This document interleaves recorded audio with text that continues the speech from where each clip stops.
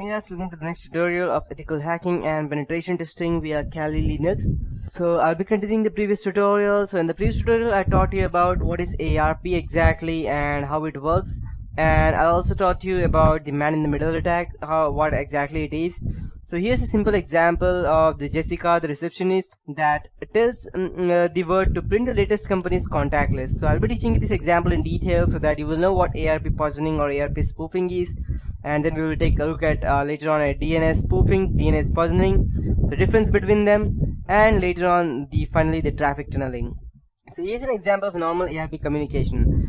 Jessica is a receptionist in a latest company, in a good company, and it tells the my MS Word to print the company's latest contact list. Now, this is her first print job today, and her computer has the IP address 192.168.0.16. She wants to send the print job to HP LaserJet printer, and the IP address of the HP LaserJet printer is 192.168.0.45. So Jessica's computer broadcasts an ARP request to the entire local network asking who has the IP address 192.168.0.45 as seen in this diagram. And all the devices on the network ignore this ARP request except for the HP LaserJet printer. The printer recognizes its own IP in the request and sends an ARP reply. Hey, this is my IP address and here is my MAC address, as you can see in this diagram. So, and now Jessica's computer knows the printer's MAC address. It sends the print job to the connect device, and it also associates the printer's MAC address of 00 whatever it may be with the printer's IP address of 192.168.0.45 in its ARP table. So the founders of networking actually probably simplified the communication process for ARP so that it would function efficiently. But unfortunately, this simplicity also leads to major insecurity. Know why my short description of ARP doesn't mention any sort of authentication method? Because in ARP there is none, and it is quite a very much more insecure method of communicating between computers when there are no secure connections. ARP is very trusting. As you can say, the specific term would be gullible, and when a network device sends an ARP request, it simply trusts that when the ARP comes in, it really does come from the correct device. ARP provides no way to verify that the responding device is really who it says it is. So if I go ahead and spoof my MAC address over here, IP address and MAC address as well, the first time it goes ahead and asks the method, then I'll straight away go ahead and tell I have this IP address and MAC address, and I'll send it back to them, and the computer will later think that the attacker has this IP address and the MAC address. So this is how it works. And in fact, many operating systems implement ARP so trustingly that the devices have not made an ARP request still accept ARP replies from other devices. So think like a malicious hack. You just learned that the ARP protocol has no way of verifying ARP replies. You have learned many devices accept ARP replies before even requesting them. And well, don't I craft a perfectly valid yet malicious ARP reply containing any arbitrary IP and MAC address I choose? I can do that. Since my victim's computer will blindly accept the ARP entry into its ARP table, I can force my victim's computer into thinking that any IP is related to any MAC address I want. That means it asks for any IP address, it will be my computer, no one else's. Better yet, I can broadcast my faked ARP reply to the victim's entire network and fool all of his computers. So that's how it can be done.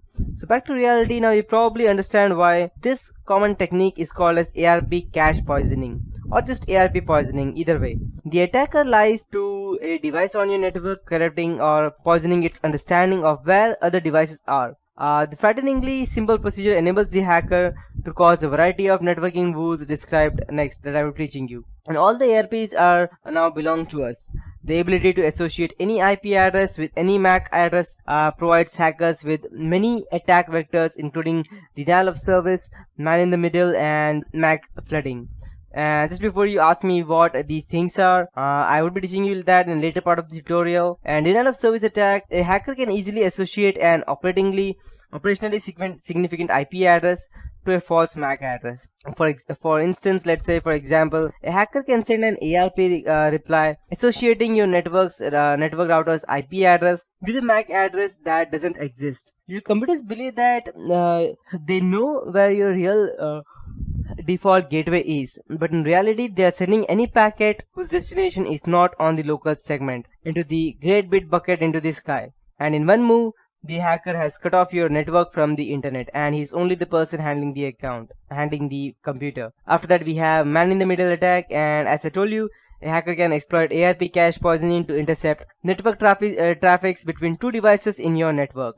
For instance, let's say the hacker wants to see all the traffic between your computer, that's 192.168.0.12, and your internet router, that's 192.168.0.1. The hacker begins by sending a malicious ARP reply for which there was no previous request to your router, associating with his computer's MAC address with 192.168.0.12.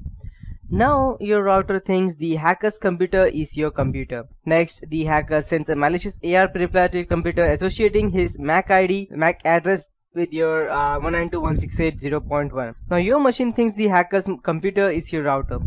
Finally, the hacker turns on an operating system feature called as IP forwarding. This enables the hacker's machine to forward any network traffic it receives from your computer to the router. So when you try to go to the internet, your computer sends the network traffic to the hacker's machine, which it then forwards to the real router. Since the hacker is still forwarding your traffic to the internet router, you remain unaware that he is intercepting all your network traffic and perhaps also sniffing your clear text passwords or hijacking your secure internet sessions as well. And then we have another attack, which is MAC flooding. MAC flooding is an ARP cache poisoning technique aimed at network switches. If you need a reminder about the difference between a hub and a switch, then when certain switches are, you can go and check over the internet and you'll get a lot of information. When certain switches are overloaded, they often drop into a hub mode, and in hub mode, the switch is too busy to enforce its port security features, and it just broadcasts all network traffic to every computer in our network. And by flooding a switch's ARP table with a ton of spoofed ARP replies, a hacker can overload many vendor switches and then packet sniff your network while the switch is in the hub. So you might be a bit more scared right now that if the hackers can do all of these things, then what can you do? But just calm down. This is the scary stuff. ARP cache poisoning is trivial to exploit, yet that it can result in very significant network compromise. However, before you jump to looking at any other videos such as DEFCON 7, you may notice that the major mitigating factor, only local attackers can exploit ARP's insecurities. A hacker would need either physical access to your network or control of a machine on your local network in order to deliver an ARP cache poisoning attack. ARP's insecurities cannot be exploited remotely. He needs to be physically present there. That said, hackers have known to be good to gain local access to networks. Good network administrators should be aware of the ARP cache poisoning techniques as well. Since ARP cache poisoning results from lack of security in a protocol that is required for TCP/IP networking to function, you cannot fix it, but you can help prevent ARP attacks using some of the techniques such as keep your network small. If you manage a small network, you might try using static IP addresses and static ARP tables, or using command line CLI commands such as ipconfig/all in Windows or ipconfig in Unix, or you can learn the IP address and MAC address of every device in your network. Then using the ARP -s command, you can add static ARP entries for all your known devices. Static means unchanging, that cannot be changed, and dynamic IP address means something that can be changed.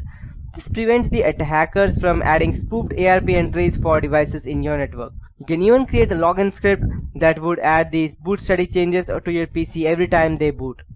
However, static ARP entries are hard to maintain, impossible in large networks. That's because every device you add to your network has to be manually added to your ARP script or entered into each machine's ARP table. But if you manage fewer than 24 devices, this technique might work for you. And if you have large network, if you manage a large network, research your networks with port security features. One port security feature lets you force your switches to allow only one MAC address for each physical port on the switch. This prevents hackers from changing the MAC address of their machine or from trying to map more than one MAC address to their machine. It can often help prevent ARP-based man-in-the-middle or monkey-in-the-middle attacks as well. And if you have other types of network, that means for all networks, your best defense is understanding ARP poisoning and monitoring for it. And I'll highly recommend deploying an ARP monitoring tool such as ARP Watch to alert you when an unusual ARP communication occurs. This kind of vigilance is still the greatest weapon against all kind of attacks. And the best line that I have heard on this specific hack from Robert Louis Stevenson is that the cruelest lies are often told in silence, and that's how ARP poisoning is exactly. So yes, that's how it works. So that would be it for this tutorial, and since you know how ARP poisoning works, in the next tutorial I will be teaching you about the DNS poisoning and how it works exactly, and what is the actual difference between DNS poisoning and DNS poisoning versus DNS spoofing. So that's it for this tutorial. Have a nice day ahead.